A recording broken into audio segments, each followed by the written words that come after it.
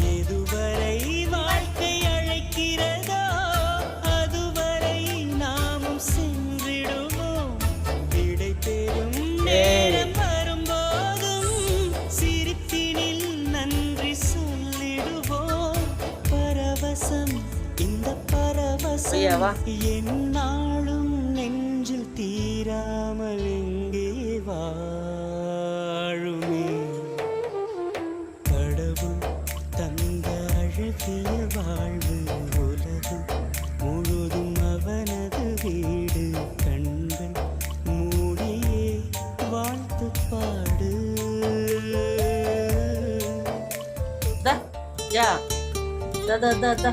மா வாடா பிரியா.